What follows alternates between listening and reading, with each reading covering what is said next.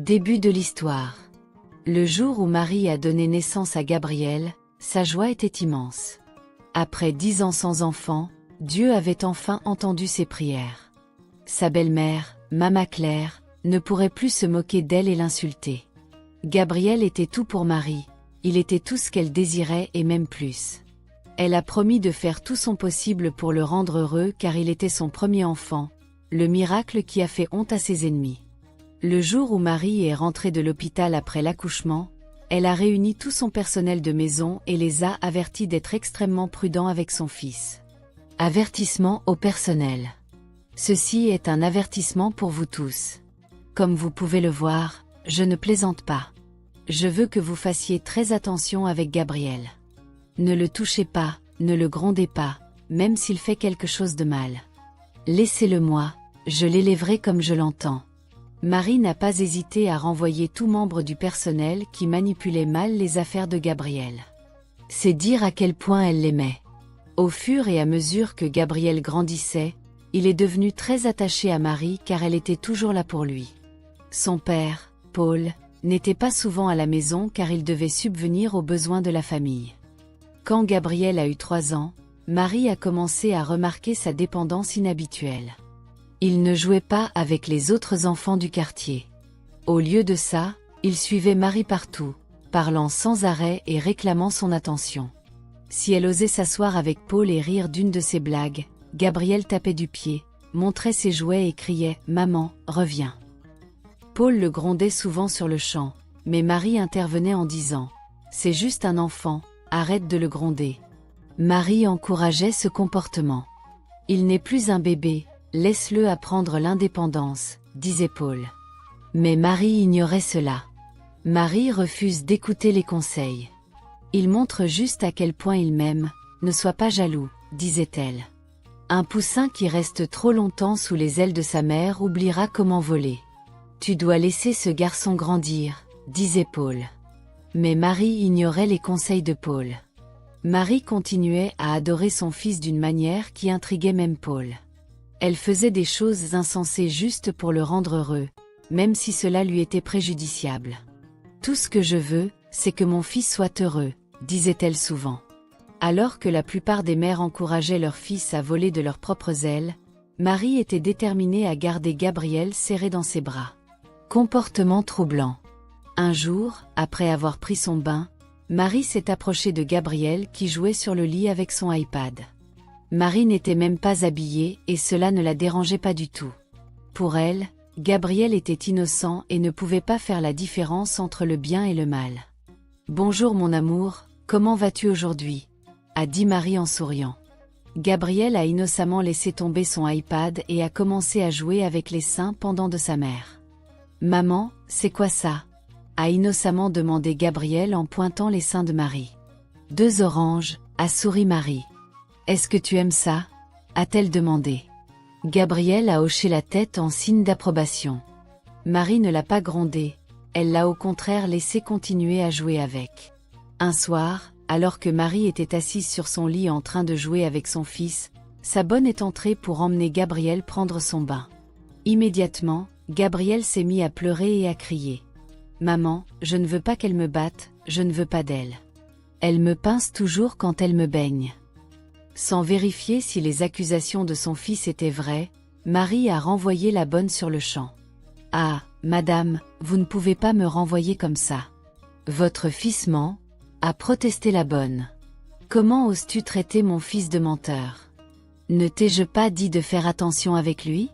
Sors de ma vue et je ne veux plus te voir ici demain », a crié Marie. Ce soir-là, Marie s'est chargée de baigner son fils tous les jours. Au fur et à mesure que les jours passaient, leur amour l'un pour l'autre s'intensifiait. C'était plus qu'un simple amour maternel.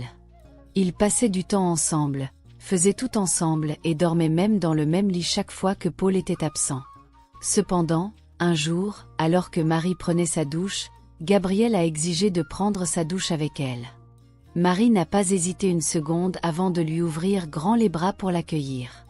À partir de ce jour, c'est devenu leur routine quotidienne. Ils se douchaient ensemble et s'habillaient même ensemble. En fait, ils vivaient comme un mari et sa femme. Marie est aveugle. Mais Marie ne se rendait pas compte que l'amour, lorsqu'il n'est pas contrôlé, peut mener à une fin désastreuse. En continuant à passer du temps ensemble, Gabriel a commencé à agir étrangement. Il pointait souvent les seins de sa mère et d'autres parties de son corps, posant des questions sans fin. Mais Marie n'a jamais vu la nécessité de le mettre en garde. Pour elle, son fils était intelligent et avisé. Un jour, la mère de Marie, Mama B, lui a rendu visite. La vieille femme n'a pas pu s'empêcher de remarquer la relation étrange entre la mère et le fils. « Qu'est-ce que je vois? Tu te douches avec ton fils? Tu connais le danger de ce que tu fais, » a dit Mama B. Avertissements ignorés.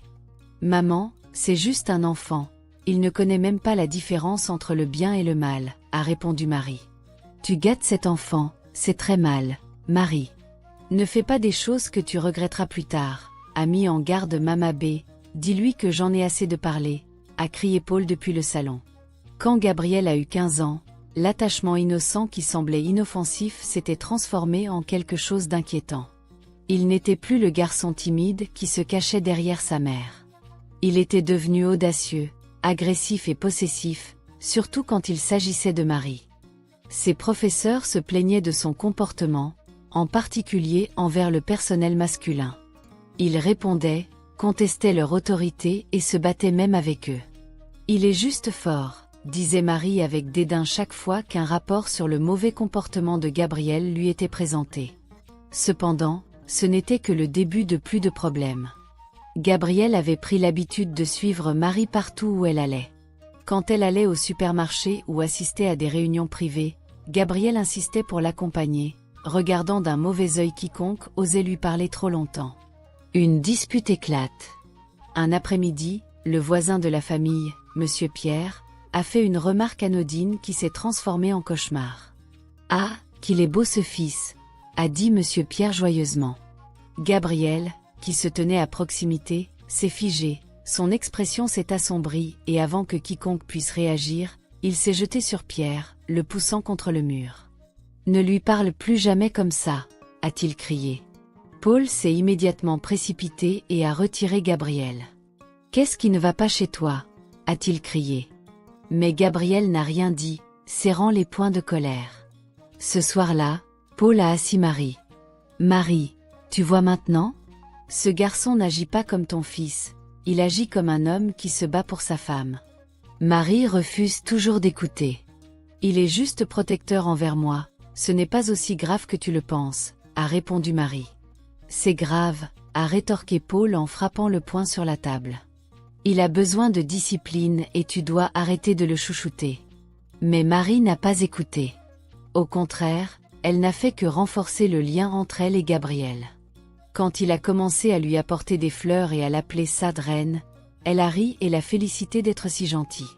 Paul n'était pas content de tout ce qui se passait entre Marie et Gabriel. Il était impuissant face à la situation car ses conseils tombaient dans l'oreille d'une sourde.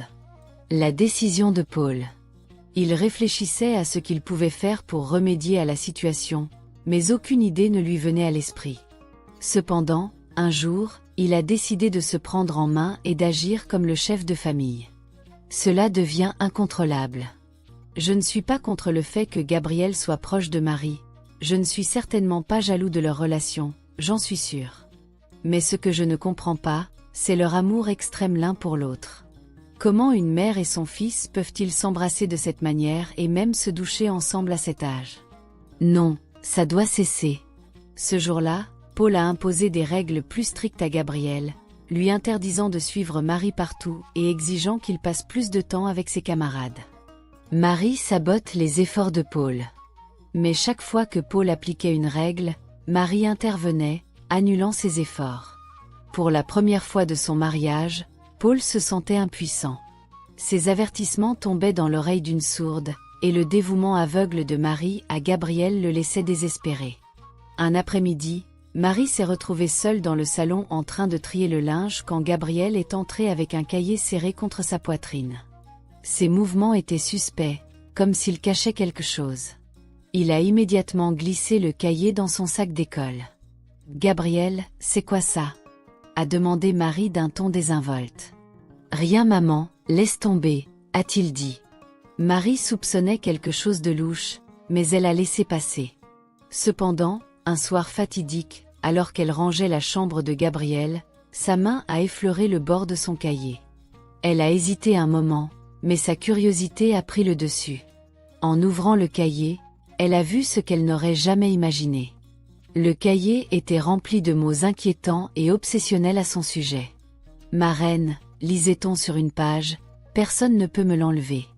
Je tuerai mon père un jour pour pouvoir passer le reste de ma vie avec ma reine. » La main de Marie tremblait en lisant les lettres.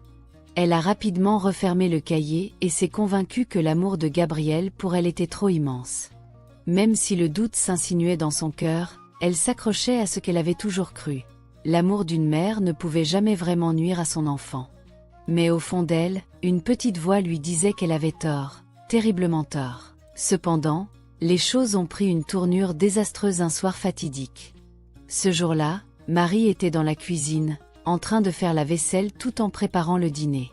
Paul était assis à la table, en train de feuilleter un livre en silence. Il était inhabituellement silencieux et morne. Il ne parlait pas beaucoup mais fixait sa mère de manière incontrôlable. « Gabriel, ça va ?» a demandé Marie. Il a levé les yeux sur sa mère avec beaucoup d'admiration. « Maman » a-t-il dit d'une voix douce. « Quoi ?» a-t-elle demandé en s'essuyant les mains sur la serviette et en s'asseyant à côté de lui. Gabriel avoue ses sentiments.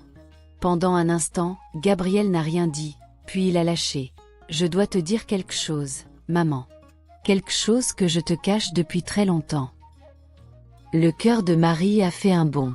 « Vas-y » a-t-elle dit. « Je t'aime maman, je veux dire, je t'aime vraiment. » Marie s'est figée, le souffle coupé. « Bien sûr que tu m'aimes » a-t-elle dit en riant nerveusement. « Je suis ta mère. » Gabriel a secoué la tête violemment. « Non maman, ce n'est pas comme ça. C'est plus. Tu es la seule femme que j'ai jamais aimée, maman. Je n'ai besoin de personne d'autre. » Le cœur de Marie s'est mis à battre très vite. Elle ne voulait pas croire ce que ses oreilles entendaient. Marie est terrifiée. Elle s'est levée rapidement, son corps tremblant. « Gabriel, qu'est-ce que tu racontes ?» Avant qu'elle ne puisse s'éloigner, Gabriel lui a attrapé le bras. « Tu ne comprends pas, nous sommes faits pour être ensemble, tu es à moi. »« Lâche-moi » a crié Marie. « Pourquoi tu agis comme ça, maman ? Je vois comment tu me regardes, je sais que tu le sens aussi. » Marie a réussi à se libérer en trébuchant. Son esprit s'est emballé en se rappelant le cahier qu'elle avait trouvé quelques jours auparavant. Elle avait espéré que les écrits inquiétants n'étaient qu'une phase, une obsession passagère. Mais maintenant, en regardant dans les yeux de son fils, elle réalisait que la vérité était bien pire. Elle a rapidement attrapé son téléphone et a appelé le numéro de Paul. « Rentre à la maison maintenant » a-t-elle crié. « C'est Gabriel, quelque chose ne va pas. » Gabriel s'est immédiatement transformé. Il a frappé la table du poing avec colère. « Pourquoi tu l'appelles ? Il ne nous comprend pas, il essaie toujours de t'éloigner de moi. » Marie a essayé de reculer mais Gabriel lui a bloqué le passage.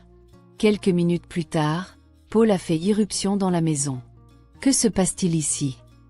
Avant que Marie ne puisse expliquer, Gabriel s'est jeté sur son père en criant « Elle n'a pas besoin de toi, elle est à moi. » Après une minute de lutte, Paul a réussi à le maîtriser. Marie réalise ses erreurs. Marie était pétrifiée, les larmes coulant sur son visage.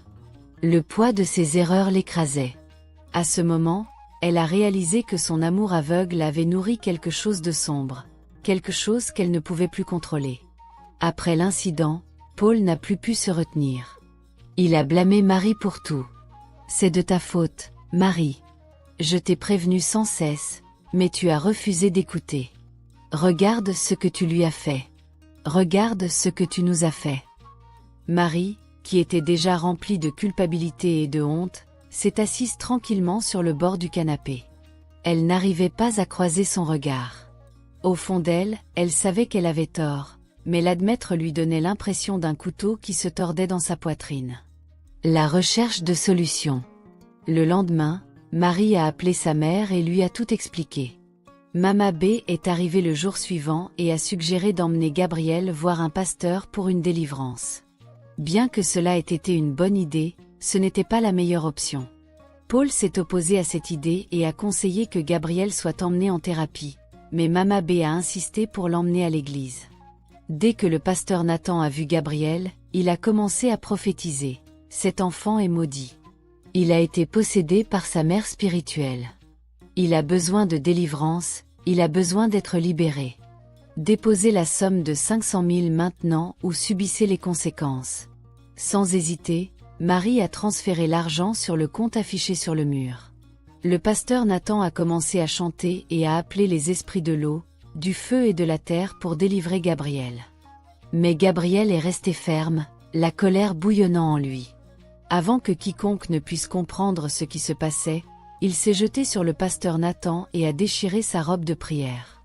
Immédiatement, la sécurité a été appelée et Gabriel a été expulsé de l'église.